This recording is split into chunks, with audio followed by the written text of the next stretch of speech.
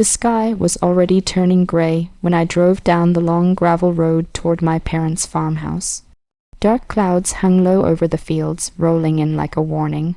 The radio had been talking about a storm all afternoon, but Lily was too excited to notice. From the back seat, my 8-year-old daughter leaned forward between the seats. Her bright eyes were full of curiosity as she stared out the windshield. "Is this where you grew up, Mom?" she asked softly. "Yeah," I said, forcing a small smile. "This is the place." The farmhouse stood at the end of the road just like it always had. Old white paint peeled from the wooden walls, and the porch light flickered in the growing darkness. The tall oak tree in the yard swayed as the wind picked up. I hadn't been here in 5 years. 5 long years since I left this town, joined the military, and built a life far away from the memories this place held. My parents and I had never truly repaired our relationship. Growing up, their love had always come with conditions I never seemed to meet. Joining the military instead of staying in town had been the final straw for them.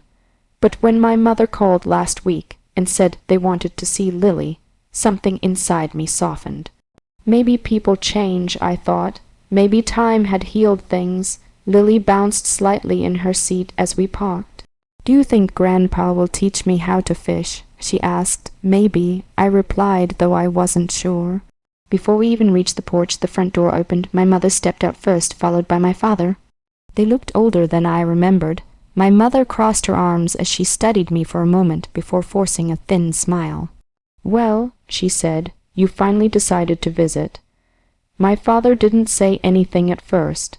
His eyes moved past me and landed on Lily. "So this is the kid," he muttered. Lily smiled politely, the way I had taught her. "Hi, Grandpa," she said. He gave a short nod but didn't return the smile. The awkwardness settled immediately. Inside, the house smelled exactly the same: old wood, dust, and the faint scent of my mother's cooking. The walls were still covered with photos from my childhood, but nothing newer had been added. No pictures of Lily. Dinner was quiet at first. My mother served food while my father sat at the head of the table, watching me like he was measuring every move I made. Lily tried to break the silence. "Mom says she used to climb that big tree outside when she was little," she said happily. My father scoffed. "She also used to listen back then." I ignored the comment and focused on Lily. Outside, thunder rumbled faintly in the distance. The wind grew stronger, rattling the windows. Then my father spoke again. "So," he said slowly, leaning back in his chair. Still playing soldier, I felt the familiar tension in my chest. "It's not playing," I said calmly. "It's my career." He shook his head. "You could have stayed here, had a normal life." I didn't respond. I had heard this speech 100 times before, but tonight Lily was here, and I didn't want her to hear it. Lightning flashed outside, lighting up the dining room for a brief moment. My mother set down her fork. "And raising a child alone," she added coldly. "That wasn't exactly the future we imagined for you either." Lily looked down at her plate, suddenly quiet. I clenched my hands under the table. The storm outside was getting worse. Wind howled across the fields, and rain began slamming against the windows. But the real storm was starting inside the house. My father leaned forward, his voice growing sharper. "You left this family," he said, "ran off to the military, got yourself divorced, and now you come back expecting everything to be normal." I slowly stood from my chair. "I came here so Lily could meet her grandparents," I said firmly, not to argue. For a moment, the only sound was the thunder shaking the house. Then my father pushed his chair back with a loud scrape. The anger in his eyes was something I remembered all too well. And deep down, a feeling I hadn't experienced in years crept back into my chest. The feeling that coming here had been a mistake. But I had no idea yet just how bad that mistake was about to become. The thunder outside grew louder, shaking the windows as the storm finally arrived. Rain slammed against the roof like handfuls of gravel, and the wind howled across the fields surrounding the farmhouse. Inside the dining room, the tension was worse than the storm. My father stood beside the table, staring at me with the same cold anger I remembered from years ago. My mother sat quietly, but her expression told me she agreed with every word he had said. Lily sat frozen in her chair. Her small hands rested on the table, and I could see she was trying not to cry. She had never seen adults argue like this before. I had always tried to protect her from that kind of environment. That was the whole reason I had left this house in the first place. I took a slow breath. Lily doesn't need to hear this, I said calmly. We can talk about this later. But my father wasn't finished. No, he said sharply. She should hear it. The room went silent except for the pounding rain outside. She should know what kind of example you are, he continued, his voice rising. Running away from your responsibilities, dragging a kid into your mess of a life. Something inside me snapped. My daughter is not a mess, I said firmly. Lily looked up at me with wide eyes. My father laughed harshly. You call this a proper family, he said. A single parent raising a child while playing soldier halfway across the country. I stepped forward slightly. That's enough. For a brief moment I thought he might stop. Instead, he slammed his hand down on the table so hard the dishes rattled. No, he shouted. It's not enough. Lily flinched. I immediately moved beside her chair and placed a comforting hand on her shoulder. It's okay, I whispered, but my father's anger was only growing. She shouldn't even be here, he muttered, glaring at Lily like she was part of the problem. That was the moment everything changed. Before I could react, he walked around the table and grabbed Lily by the arm. My heart jumped into my throat. Let go of her, I said sharply, but he ignored me. Lily gasped as he pulled her away from the chair. Dad, stop, I shouted. He dragged her toward the back door while my mother watched silently from the table. The wind outside roared like a freight train. Rain pounded against the glass door leading to the backyard.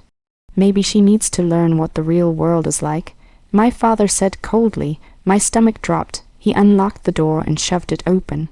The storm exploded into the house instantly, wind, rain, and cold air blasting into the kitchen. Lily started crying.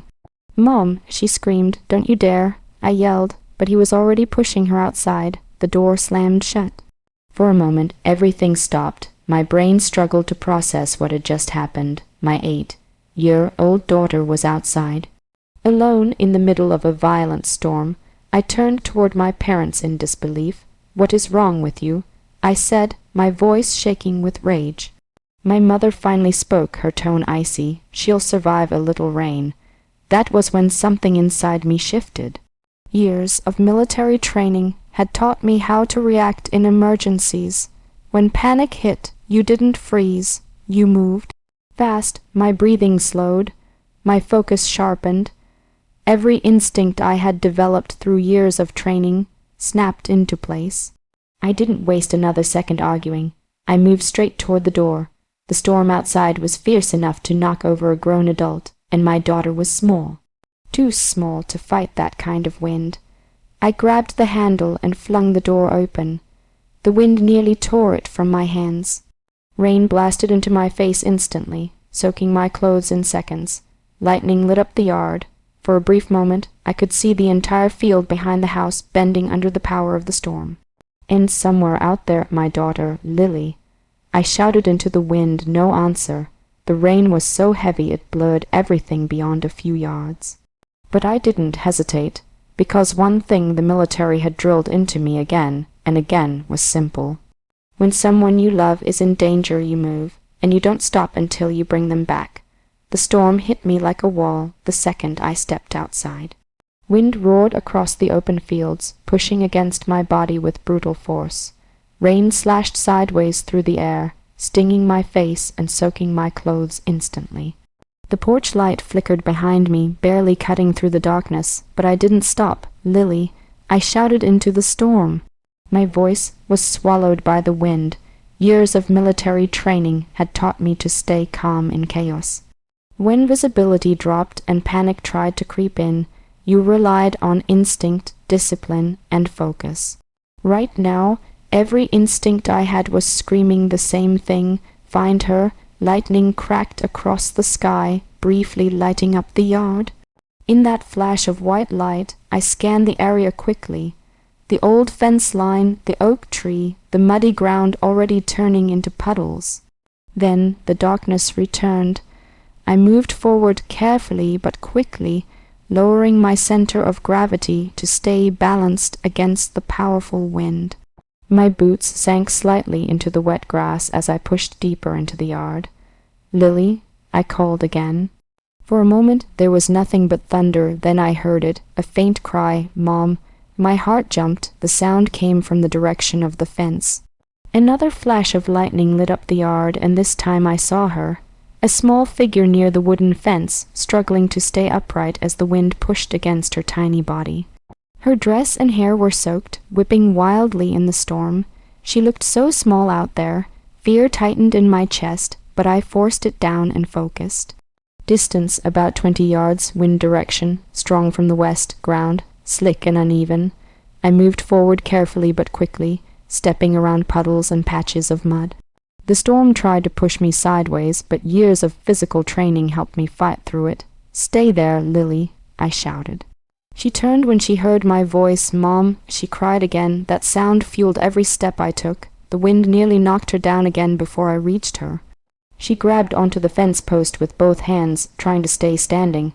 When I finally reached her, she threw her arms around me. "I was scared," she sobbed. "I know." I said softly, pulling her close, "I'm here now." Her small body trembled from the cold and fear. I quickly shrugged off my jacket and wrapped it around her shoulders.